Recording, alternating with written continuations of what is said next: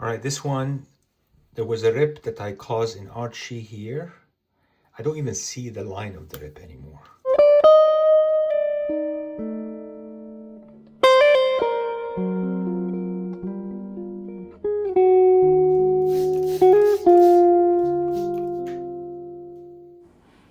And there's that nasty tear.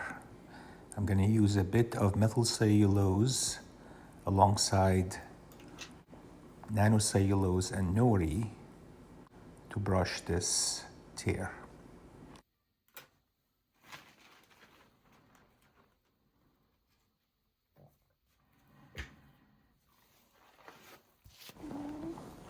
Now I apply it to the other side. Same process also. I'm just going to brush the area where the rip is, if I can see it. Here it is. And just place it in the press essentially to dry, right? And hopefully this will work much like the nanocellulose by itself worked last time in the first video I showed you guys. I closed it with nanocellulose, methyl cellulose, and Nori mix. And it's very, very good seal.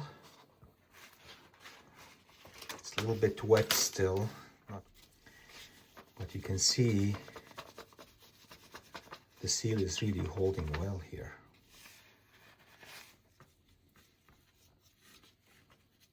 It's over here somewhere. I can't even see it. Can you? This is good. This is good stuff. So I think that's the way to go. I think to go with nanocellulose, methyl cellulose, and Nori at equal ratios, and then 3 portions of water added to that. By the way, this is the same Archie wrap I showed on the conservators when I appeared on the show a couple of weeks ago. You can't even see the nanocellulose at all. No, this is part of why I'm bringing this up. I mean, yeah. It's essentially what you've done is put water on it. I mean, with a 0.2% nanofiber content, you're adding almost no material in terms of, mass. This is an amount of mass that is not measurable, right? It's such a tiny amount. But because those fibrils are so strong, because they're drawn into the paper matrix,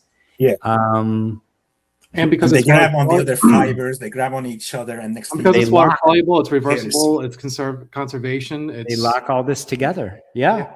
So now, texturally, does it feel the same as the surrounding paper, or does it? Yeah, it just feels perfectly like paper. Yeah. Okay. Yeah, texturally, totally. Yeah. And you didn't use any kind of leaf or any kind of tenguja or nothing. It's just the gel itself. Nothing at all. Yeah. And I showed how nanocellulose can seal tears, and this is the tear it had sealed. And after wetting this and working on this tear here, it is still holding, right? This tear is still holding, no issues. So using nanocellulose by itself in a certain I forget the concentration now, I used it. Yeah, the sample itself is 3%. So you take like 7 grams of it, you put it into 100 mils of water. That gives you the 0.2% eventually, right? Right. You get the 0.2% per mil. So you're adding several, maybe milliliters, maybe 3 or 4 milliliters. And then you build that layer and you do it on the back side also. And they meet each other and they seal the tear, right? And then using it in a mix, either way is making the tear seal very, very strong, right? Of course, you can open the tear if you go like this. If you're going to go like this, you might cause it to reopen. But if you go like this, it won't open, right? What will CGC say about this if you don't use tenguja, right? And you see how there is some warping? That warping is because I think the nanocellulose here is kind of pulling the paper towards it. So that can be fixed easily with a nice press. Cause a bit of a slight planar shrinkage.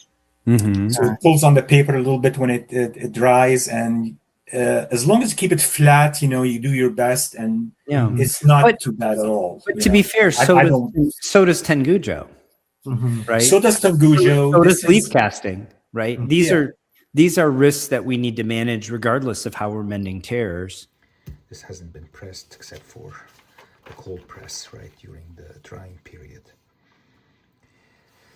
But this here has sealed with just nanocellulose, and this has sealed with nanocellulose, Nori, and methyl cellulose.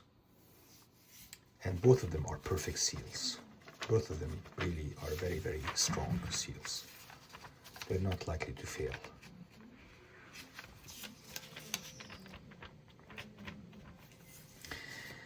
Okay. See you guys Thursday.